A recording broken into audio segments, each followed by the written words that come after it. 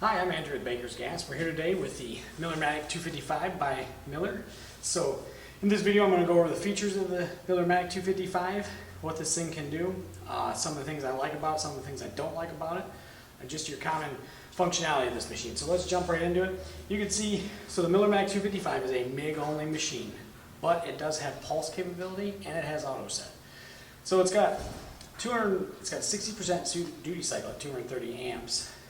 They're making it a pretty robust machine in its market for the 255. This machine will eventually replace the 252. So if you guys are familiar with the Millermatic 252, which is a transformer style machine, awesome unit. They weld great, been around for a long time. This is eventually going to replace it. We've had a lot of luck with this machine.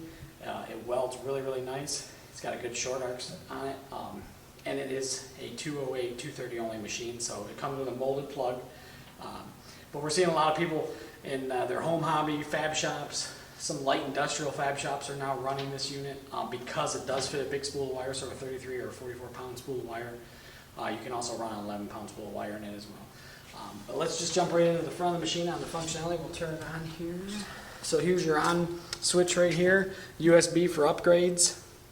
You got your voltage or arc length adjustment, and we got our wire feed speed adjustment there. So right now, we got an auto set and we got it in pulse. So we can shut that pulse off. We're just going to be an auto set.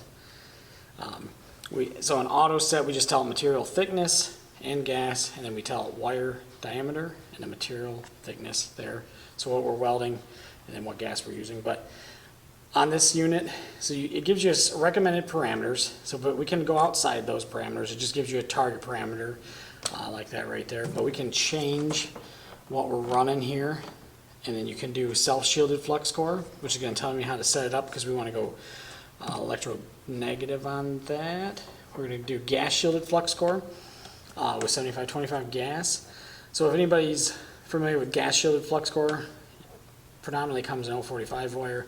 If you find it in 035 wire, you'd be lucky, but so you can run this on this unit because it does have enough duty cycle or enough amperage output to push 045 flux core. We can run stainless steel with a tri-mix, and that's a heavy helium tri-mix. We can also run stainless steel with a 98.2, which is an argon CO2. You can also run an argon oxygen 98.2 on that. And then we obviously got C10, which is a 90-10 gas, good for spray transfer. This unit will spray transfer because we do have enough amperage output to push it up into that realm. And then honestly, what else have we got in there? We got mild steel 75-25, one of the most common gases used. And then we can all the way up to 045 wire. Let's just see what it bumps down to. 024, 030, 035, and 045. So that's really nice. You got a wide variety. Material thickness will jump up, and it gives us all the way up to 1/2 inch plate. Welding with 75-25. So pretty cool. Really a nice machine. Jump over. Mild steel, 100% CO2. For those of you guys that want to run your beer gas mix, boom, 100% CO2. It will run it. 100% CO2 does run okay, just a lot more spatter. And then we got silicon bronze wire, which would be used for thin gauge material or in corrosive applications, and in some light fab companies, they like to run silicon bronze for special cases. Then we got our 4000 series aluminum, but we need our push-pull gun for this setup. And then we got our 5000 series aluminum. So this will run both 4 and 5000 through the spool gun. You can run a Spoolmate 200, the XR30A, or a push-pull setup in this unit. And we'll link all those down below. Just remember, when you get a push-pull setup, you do need to replace the drive rolls, which I'm going to talk about right now. So we lift up the door here.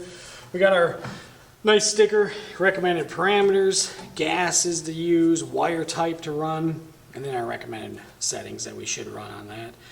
Same thing with pulse, gives us our recommended pulse settings for different wires. And then we got our aluminum setup telling us what wire type and what sort of aluminum to run. So pretty cool. Gives us our little drive roll description here, so what we should be running, what we shouldn't be running. As our drive rolls, if you guys are familiar with the Millermatic series of stuff, we got a 2 drive roll system, our drive roll tensioner, nice aluminum power block, and actually Miller is probably one of the best ones for changing out drive rolls. I always turn those first, pop that open, and then those should come right out. So they come with 045 and 035, so it's a dual-sided drive roll, so you can run your solid wire through that. What I would recommend though, if you're going to run flux cores, a knurled set of drive rolls, and if you're going to run aluminum, they come with a U-groove, and we'll link all that stuff down below as well. Our gun, we got it in there, but that's just our gun clamp. And remember, when pushing that all the way in, make sure that gun is seated all the way. No O-rings are exposed, because if you do that, you're going to leak by gas. We'll tighten that back up. Down here, trigger wire connection. Just a 4-pin trigger wire connection comes through the front of the machine, plugs in right there. This is our connection for our push-pull gun and our spool gun. So you got to run it through the front of the machine, snake it through, power right there. Very easy to connect, very easy to do. So if you buy a push-pull gun for this, you can run a 16 or 20-pound spool of wire for aluminum, which is very handy, because in a spool gun you only get a 1 or 2 pound spool, right? So you're constantly swapping those things out. But if you buy a 16 or to 20-pound spool for aluminum, man, you can run all day on aluminum. Now remember, straight argon gas on aluminum, don't forget that. Like I said earlier, 33, 44-pound spool or 11-pound spool we can run on this. Let me shut that door and I'll show you the back of the machine. And then on the back here, we have our gas port. So 1 gas connection, and then that's where your regulator hose goes right into that. We got our power cord connection here. Remember, this comes with a molded power cord. I'll show you that here. Got her plugged in. Comes with a molded 220 power cord on there. So that comes standard, ready to rock and roll right out of the box. Other items like the Multimatic does not, but the Millermatic, all in all, is a great machine, great MIG welder. The things I don't like about it are the fact that we can't stick weld or we can't TIG weld, so I would be more apt to buy a Multimatic. But in my case, to be honest, I like the Millermatic because I already own a Dynasty, so that'll cover my DC and my stick and my AC TIG welding. So I got a Dynasty, and if I want to just solely MIG weld, I'm going to buy a Millermatic, just to solely MIG weld. I truly believe if you buy one machine that does one thing really well, like the Millermatic 255, it's going to MIG weld great, right? So, but if you buy a multi-process machine, sometimes people are disappointed in the output on other processes such as stick and TIG. They think it should do everything great. Well, the truth of it is they don't do everything great. They do everything well, and they get the job done. But my standalone Dynasty, right, does TIG welding really well, does stick welding okay, and then the Millermatic 255 does MIG welding really, really well. So just keep that in mind. If you're just going to solely MIG weld, I would just stick with the Millermatic because it's going to do it well. It's set up for it. It's awesome. This unit also, you can get, there's 2 packages. One just machine only, like what I have here, and the second package is a Millermatic 255 with an easy latch cart. Easy latch cart, no tools required. A couple of thumb screws, boom, pops out. You can pull the machine right off the cart. Easier to transport. So if you got to go somewhere and you've got to bring your MIG machine, this will fit below a tonneau cover inside of the back of a truck.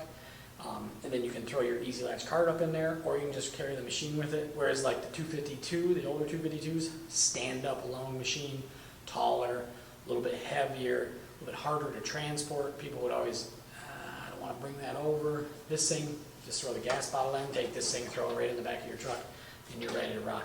And it doesn't have a bad weight on it. It's not too bad to lift up. I mean, it comes right out of the box pretty easy. Whereas that 252, I would say, requires 2 people to lift that. This requires 1.